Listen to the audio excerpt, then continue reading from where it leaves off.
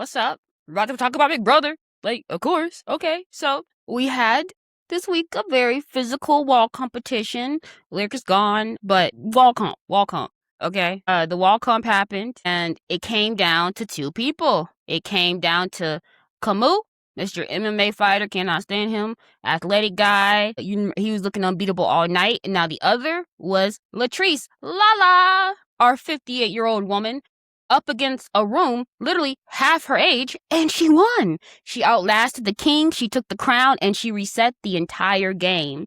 And listen, I called this, okay? Not the exact moment, but the shape of it. I've said since episode 1 that LaLa's my long game sleeper. She's the near total water sign the house underestimates. And I have said since Kamu took power that Saturn was sitting on his sun and his ego was going to cost him. This week, what do we see? The water sign endures, and the fire sign's ego cracks in the same competition at the same time. I feel like this guy wrote it. Let me show you. So let's talk about where we are now, because it's a full reset. Everything has moved. A lot has moved. So let's talk about it. Hours before the eviction, D, she got a little bored of her plan, and she decided, I feel like flipping a vote. And she decided to keep Drew and Melody and blindside the house by evicting Lyric instead. Then she lied about her vote afterwards, and it worked. Lyric went out 8-3. Now she can be her own. Happy for you.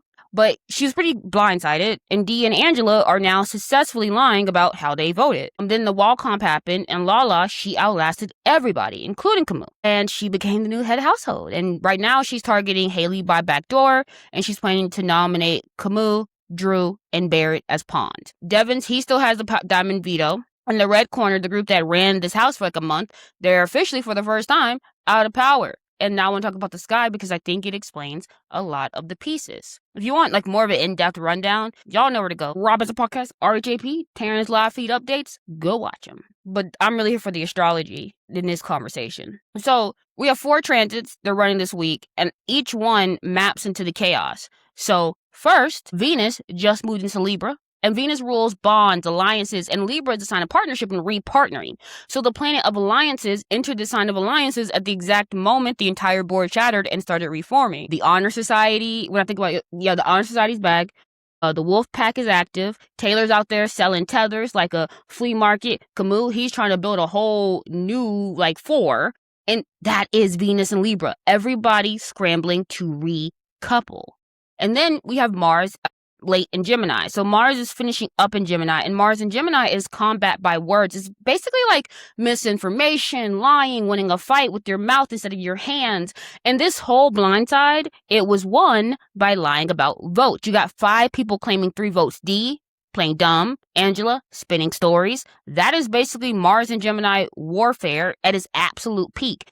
And is about to leave Gemini for Cancer, which literally shifts the fighting from verbal to emotional and protective, which is exactly the energy of a Cancer taking power. And the Sun and Jupiter, they're also, by the way, both in Leo. So the whole house is running on ego and spotlight, and everyone just needs to be the main character. Saturn's also still in retrograde, parked at the same degree of Aries it has haunted all season, which is Kamu's problem. I mean, he got more problems than that, but this probably gonna get to it, okay? So, LaLa. I want to start with the win, because I think it's a little bit of a payoff of my very first read. LaLa, again, like I said, she has one of the rarest charts in the house. Her Sun, Mercury, Venus, and Mars are all in Cancer, plus a Pisces moon. That's almost basically pure water, okay?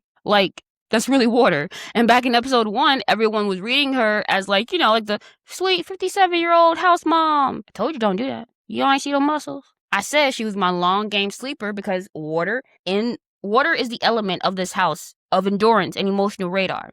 And in a house this loud and heady, the person who can quietly outlast everybody is the most dangerous one. And also, Cancer is a cardinal sign, which means it initiates and is ruled by the moon. Also, by the way, when I talk about stuff like this, I'm not talking about it to predict exactly what's going to happen. I get excited when I can see some of the astrological patterns playing out and paying off in a way. But I'm really talking about what I'm seeing right now in this moment. So while she is my sleeper pick, that doesn't mean that she can't easily go home next week. Big Brother is such a long game. But I do just like to have these conversations in the moment while we're actually talking about them and they're happening. But anyway, so Where was I talking about? I think I'm talking about Cancer. And Cancer is a cardinal sign, and that means that it initiates and is ruled by the moon, which is tides and patience. And the symbol of Cancer is the crab, which does one thing better than anything else. It holds on. It does not let go. And isn't that exactly how LaLa won?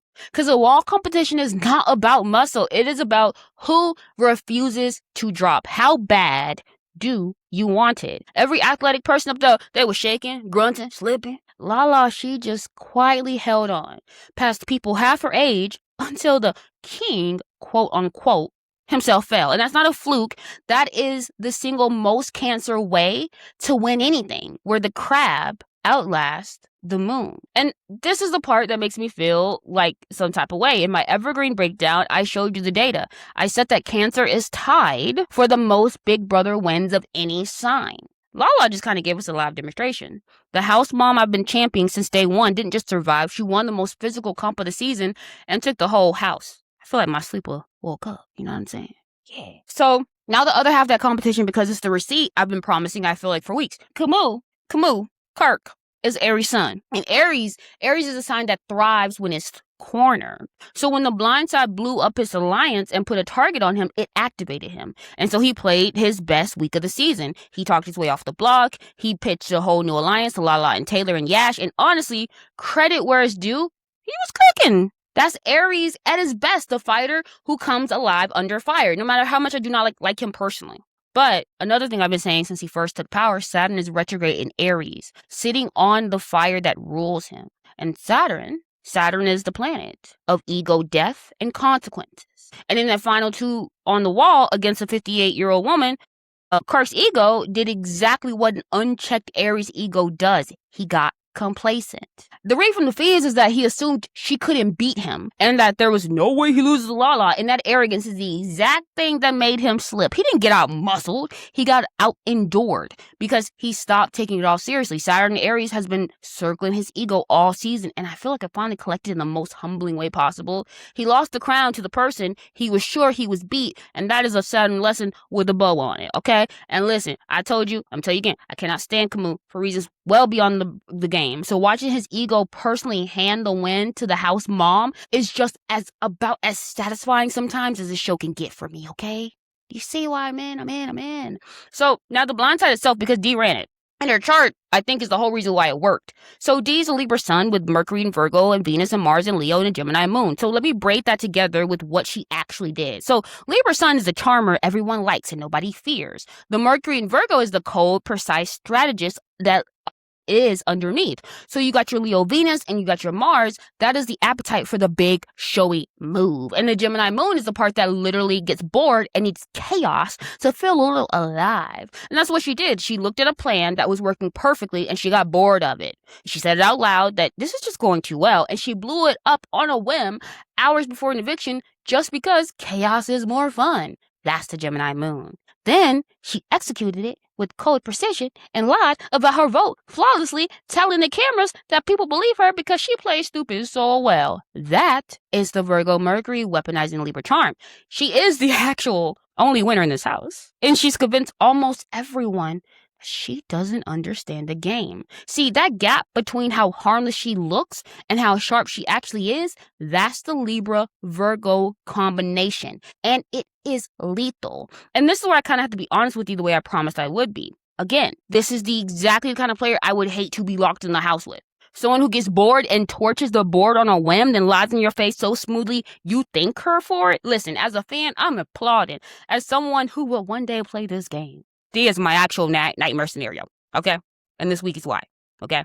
You know, maybe she wouldn't be like my worst scenario, like at this point, because I feel like me personally, this early in the game, I would not be all that invested. I would be invested, but not all that invested. Like I want the house to go ahead and form around me and just make sure I'm not someone that people feel like they could put up. It would kind of probably be like the way I would want to play it more. So I don't think I would be as invested as like a third eviction. So I wouldn't be as upset, but I would be nervous for the future for a vote where I don't want her to do this. But anyway, so let's talk a little bit about Miss Angela, okay?